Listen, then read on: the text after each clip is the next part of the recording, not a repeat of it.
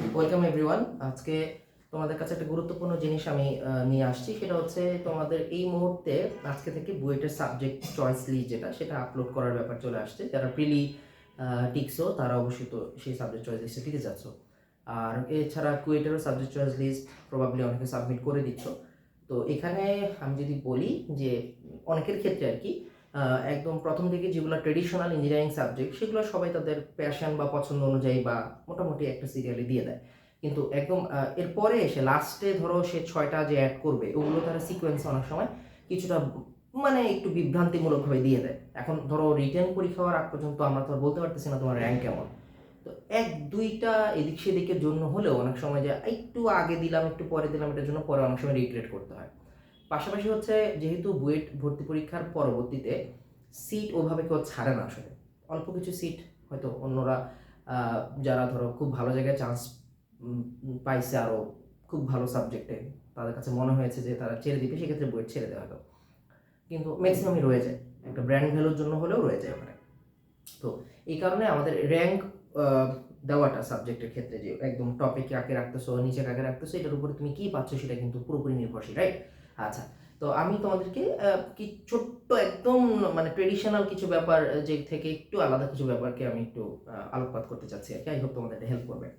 First of all হচ্ছে আমি যখন স্টুডেন্টদের জিজ্ঞাসা করি বা আমাদের নিজেরা যখন পার্সোনালি স্টুডেন্টদেরকে প্রাইভেট ব্যাচগুলোতে জিজ্ঞাসা করি, একটা কমন প্রশ্ন উত্তর আমরা পাই।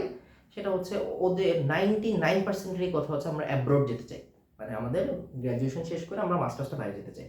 এবং আমাদের দেশেই মানে বুয়েটের ক্ষেত্রে ইঞ্জিনিয়ারিংয়ের স্টুডেন্ট যারা আমরা দেখতে পাচ্ছি, শুধু বুয়েট না অন্যান্য ইঞ্জিনিয়ারিং ক্ষেত্রে এখনকার করোনার পর থেকে মোটামুটি 90% স্টুডেন্ট আসলে চলে যায় বাইরে।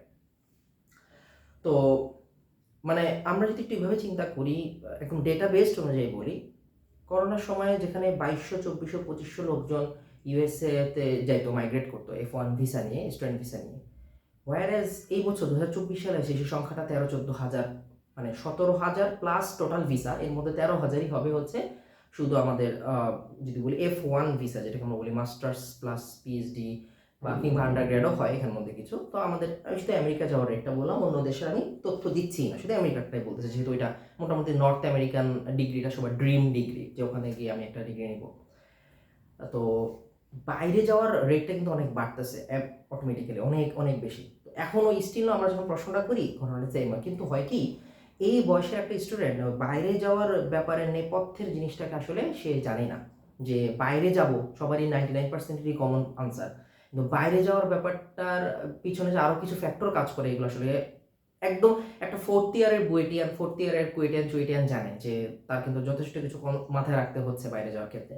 একটা স্টুডেন্ট যে বয়স খুবই অল্প, 16-17 বছর বয়স বা 18 বছর বয়স, ইন্টারমিডিয়েট মাত্র দিয়েছে, তার আসলে এই নলেজটা না থাকাটাই স্বাভাবিক। এবং সে কিছুটা বিক্ষিপ্ত, সে ইন্টারনেটে ফেসবুকে খুব র্যান্ডমভাবে জাস্ট মানে বলে না উপর দিয়ে জেনারেলাইজ করতেছে, হ্যাঁ ওই সাবজেক্টে যাবে স্কলারশিপ তো ভালো এরকম। বাট কিছু ইনার ইনফরমেশন আমি তোমাদের একটু দিয়ে দিই, তোমাদের জন্য হেল্প হবে, তাহলে তোমরা কিছু জিনিস অ্যাটলিস্ট সিকোয়েন্স দেওয়ার সময় মাথায় রাখতে পারবা। দেখো, তুমি যখন গ্র্যাজুয়েশন শেষ করতেছো, ফোর্থ ইয়ারে আছো, তোমার কিন্তু ফোর্থ ইয়ারের ফার্স্ট সেমিস্টারেই প্রিপারেশন শুরু হয়ে যাবে তুমি যখন বাইরের জন্য অ্যাপ্লাই করবা। আসলে এই একটা বড় ইনফরমেশন অনেকের মাথায় থাকে না, সেটা হচ্ছে কমপক্ষে 5 থেকে 6 লক্ষ টাকা লাগে প্রথমবার কেউ যখন বাইরে যেতে চায়। ইউএসএতে যারা যেতে চায় 5 থেকে 6 লক্ষ টাকা। কারণটা খুবই সিম্পল। এর কারণ হচ্ছে কথার কথা, ধরো তুমি বুয়েটে ইলেকট্রিক্যাল ইঞ্জিনিয়ারিং ডিপার্টমেন্টেই চান্স পাইছো, স্বাভাবিকভাবেই তুমি মোটামুটি রাতারাতি সেলিব্রিটি মানুষ।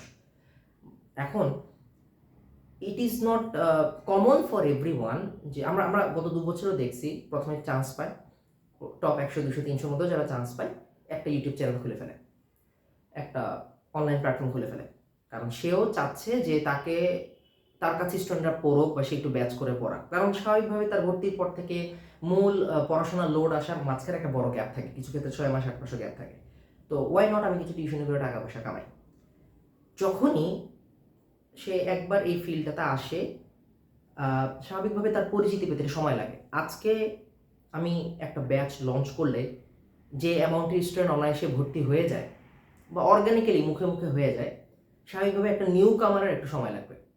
এমন যদি হয় সে আমার থেকেও যদি ভালো পড়ায়ও বা এর থেকেও যদি বেশি স্কিল্ড হয়, তার সময় লাগবে। তো স্বাভাবিকভাবেই যে রাতারাতি 8 মাসেই বেশ অনেক টাকা কামায় ফেলা যায়, এটা কিন্তু হয় না। তো যখন একাডেমিক প্রেশার চলে আসে, সেই একাডেমিক প্রেশার নিতে গিয়ে অনেক সময় থেকে বাইপাস হয়ে চলে যায়। কারণটা এই জন্য বললাম, অনেকে ভাবে যে আমি একটা ঢাকা শহরের খুব টপ নচ ইনস্টিটিউটে পড়লেই আমার অনেক টিউশন হবে এবং অনেক টাকা কামায় ফেলবো। ব্যাপারটা আসলে ট্রু না। এর মধ্যে কিছু মানুষ থাকে যারা হয়তো এই বাইপাস করে বা এই শর্টকাটটা বুঝে ফেলে যে হাউ টু গ্র্যাব স্টুডেন্টস, এবং স্কিল খুবই ভালো থাকে এবং অল্প কয়েকদিনের মধ্যে তারা ব্যাচ ট্যাচও করে ফেলে। দেখা গেছে ওই আজমপুরে ব্যাচ করছে, নয় ফার্মগেটে ব্যাচ করে টোরে তারা আসলে টাকা পয়সা যেটা ইনকাম করার করে ফেলে। টাকার কথাটা এই জন্য বললাম, যদি কেউ টিউশনের টাকা অ্যাভেলেবেল থাকে তাহলে এমন হলো যে ঠিক আছে, আমি আমার গ্র্যাজুয়েশন আমার মতো করতে থাকলাম, মোটামুটি ব্যালেন্স পড়াশোনা করলাম, সবই করলাম, ইউনিভার্সিটিতে বন্ধুদের সাথে আমার আড্ডাও হলো, ঘোরাঘুরি হলো, ট্যুরও হলো, পড়াশোনার জায়গায় পড়াশোনাও থাকলো, মোটামুটি ব্যালেন্স টাইপ, এবং টিউশন আমি ব্যালেন্স, মানে ধরো তোমার একটা বন্ধু সে 2 ঘন্টা 2.5 ঘন্টা টাইম দেয় একটা স্টুডেন্ট পড়ায়, আর তুমি একটা ব্যাচ পড়াও 2.5 ঘন্টায় 15 জনের, স্বাভাবিকভাবেই একই টাইম স্পেন্ডে তোমার টাকার পরিমাণটা বেশি। প্রবলেম হচ্ছে সবাই এই ব্যাচটাকে পারে না, যেটা শুরুতেই বললাম, সবার ভাগ্যে তো সেটা জুটবে না, কারণ সবার পড়ার ভালো ছাত্র, সবাই ভালো শিক্ষক, মানে পড়ানোর অ্যাবিলিটি, বোঝানোর অ্যাবিলিটি সবার সেম থাকে না। তো এই কারণে দেখা গেছে 20% ছাত্র, যে 1300 ছাত্র ভর্তি হবে বইটে, তার 20% ছাত্র অনেক টাকাই কামাবে। ঢাকা ভার্সিটির ক্ষেত্রেও সঠিক, সেটা অন্য ইউনিভার্সিটির ক্ষেত্রেও সঠিক, যদি সে মানে তার প্ল্যাটফর্মটা বুঝে ফেলে যে আমার এই জায়গাটায় হচ্ছে আমি ভালো পারতেছি, আমি ম্যাথে ভালো, আমি কেমিস্ট্রিতে ভালো, আমি আইসিটি পড়াবো বলাবেনকে শুধু, এমনও আছে। এখন যাদের তাহলে টাকা ইনকাম হয়ে যায় তাদের কাছে টাকা আছে, যাদের নাই তারা কি 4 বছর পরে বাবা মার কাছে 5-6 লাখ টাকা নতুন করে আবার যেতে পারবে? মানে তখন কিন্তু একটা আত্মসম্মান বোধ চলে আসে, রাইট? প্লাস হচ্ছে একটা মাইন্ডসেট এমন থাকে মিডল ক্লাস ফ্যামিলির, যে আমার বাচ্চাটা যখন গ্র্যাজুয়েশন শেষ করবে সে একটা মেইন স্ট্রিম চাকরিতে ঢুকবে, চাকরি করবে, আমার সংসারে হাল ধরবে। 5 থেকে 6 লক্ষ টাকা তখন এফোর্ড করা is very difficult for middle class family বা লোয়ার মিডল ক্লাস ফ্যামিলির জন্য। আপার মিডল ক্লাস কিংবা হয়তো রিচ যারা, তাদের ক্ষেত্রে তো আমার এই কিছু বলারই দরকার নেই, যখন চাবে টাকা পয়সা দিতে পারবে। তো সেক্ষেত্রে আমাদের এই 5-6 লাখ টাকা ইনকাম করার জন্য হলো দেশে অনেক ক্ষেত্রে 1-2 বছর চাকরি করা লাগে, যে আমার সেভিংস, অ্যাটলিস্ট কিছু সেভিংস যদি থাকে আমি করতে পারি, বা নিজের অ্যাপ্লাইয়ের জন্য টাকা পয়সা লাগবে। 5-6 লাখ টাকা কীভাবে লাগে জানো? তুমি ধরো 15-20টা ইউনিভার্সিটিতে অ্যাপ্লাই করবা, অ্যাটলিস্ট 15টাতে অ্যাপ্লাই করা লাগবে। আচ্ছা, তুমি যে এখন যখন ভর্তি পরীক্ষা অ্যাটেন্ড করতেছো, তুমি কি DU, BUET, SUST, medical, IOT, তারপরে জাহাঙ্গীরনগর, রাজশাহী, চিটাগাং, কত কিছু ফর্ম তুলছো না? বুটেক্স, মানে এমএসটি, বিউপি, অনেক কিছু ফর্ম তুলছো। তারপর প্রত্যেকটা ফর্ম যদি 600, 800, 1000 টাকা করে, তোমার কিন্তু অনেক টাকা ইনভেস্ট হচ্ছে। বিদেশেও যখন তুমি অ্যাপ্লাই করবা ফর্ম তোলা লাগবে, এবং কিছু মানে ইউনিভার্সিটিতে ফর্মের টাকা নাই, ফ্রি। টপ র্যাঙ্ক কিছু ইউনিভার্সিটিতে ওয়েবার পাওয়া যায়, তাও খুবই ডিফিকাল্ট পাওয়াটা। আর 99% ইউনিভার্সিটিতে টাকা পয়সা কেমন, $80, হ্যাঁ, $80, $100 করে, সরি $100 করে, $150 পর্যন্ত আছে। তো কেউ যদি তোমার এরকম 15টা ইউনিভার্সিটি অ্যাপ্লাই করে, তার তো ধরো 1.5 লাখ চলে যাবে হচ্ছে কিসে, শুধু অ্যাপ্লিকেশন ফি বাইরে, তাই না? তারপরে ধরো তার আরো ইংলিশ এফিসিয়েন্সি টেস্ট যেগুলো আছে, IELTS, GRE, English proficiency test, হ্যাঁ, ইংলিশ টেস্টগুলো দিতে তার আরো ধরো টাকা পয়সা যাবে 50-60 হাজার টাকার মতো, এগুলো প্রিপারেশনের ব্যাপার আছে। এরপরে তার যখন স্কলারশিপটা আসলো, অফার লেটার, তাই কি ফ্লাই করতে হবে, ফ্লাই করার জন্য তার 2 লাখ টাকার মতো লাগবে হচ্ছে আরো টিকিটের প্রাইস। এগুলো কি ধরো ওই যেটা বললাম, যে 20%-এর টিউশনের টাকা জমানো আছে তার জন্য ব্যাপার না।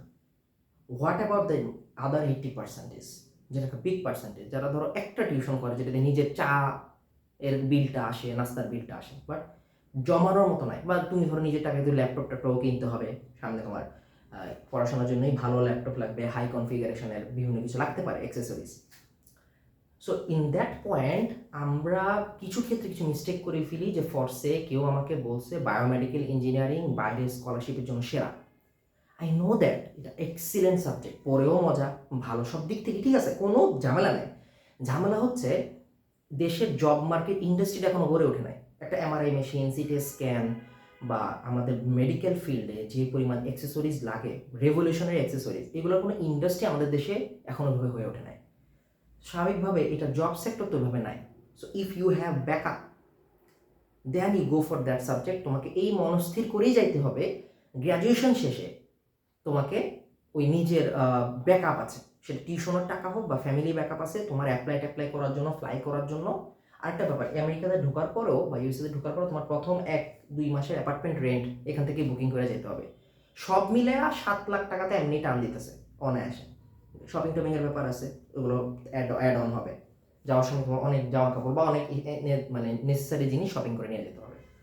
এই নন ট্রেডিশনাল জিনিসগুলো আসলে কেউ বলে না যে টাকা পয়সা লাগবে।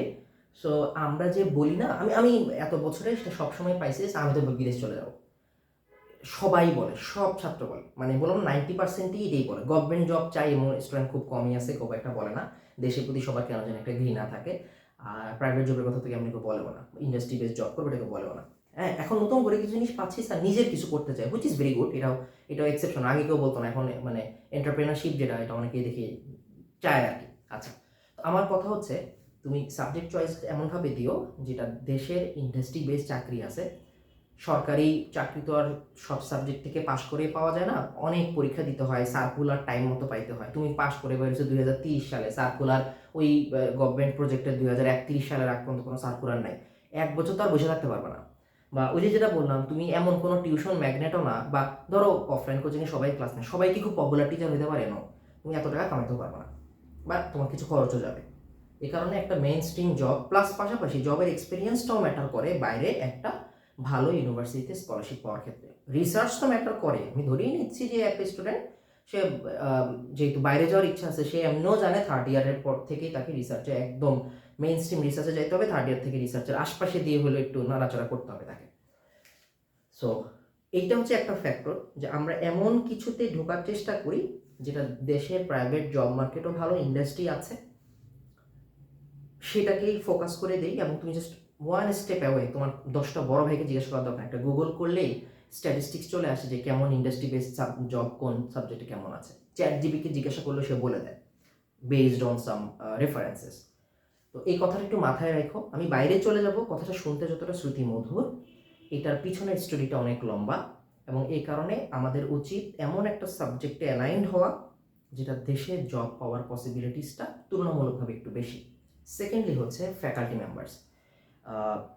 আমরা যদি একটু ওইভাবে চিন্তা করি, ধরো ধরো আমরা কুয়েটে সাবজেক্ট চয়েস লিস্ট দিব।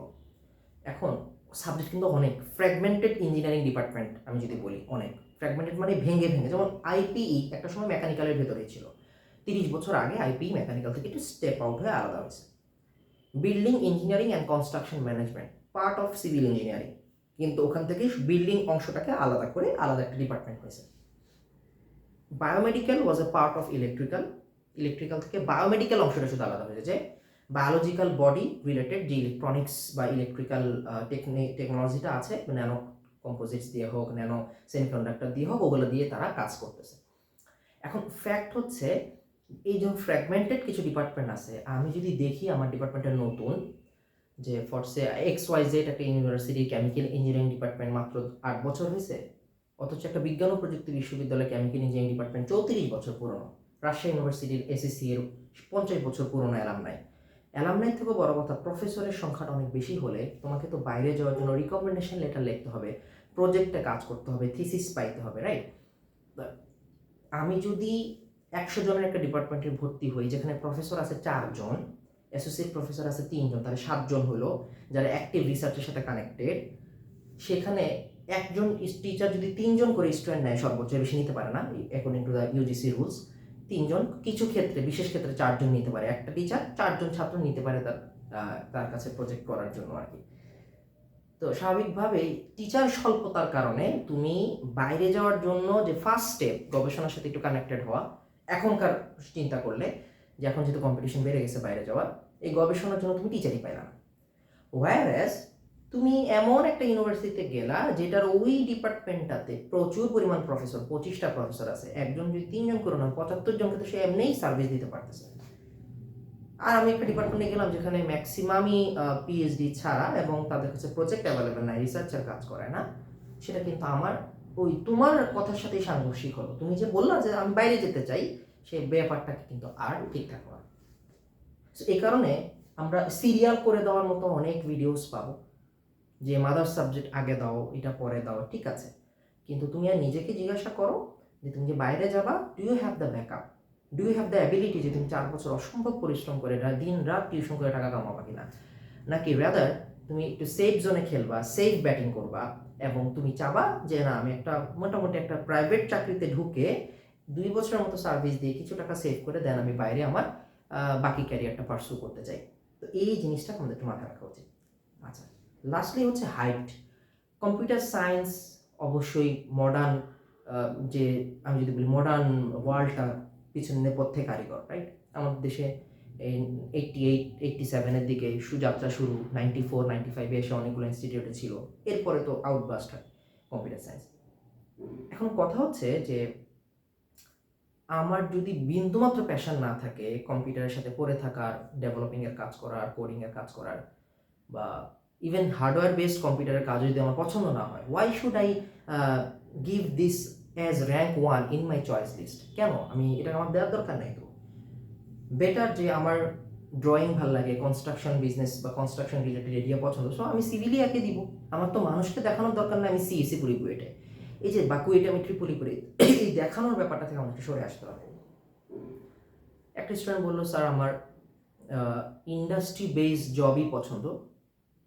ওকে, দেন তুমি ইন্ডাস্ট্রি বেসড সাবজেক্টই দাও। একটা স্টুডেন্ট বলতেছে যে স্যার আমার বায়োলজিক্যাল ফিল্ড ভাল লাগে, প্রোগ্রামিং ভাল লাগে না।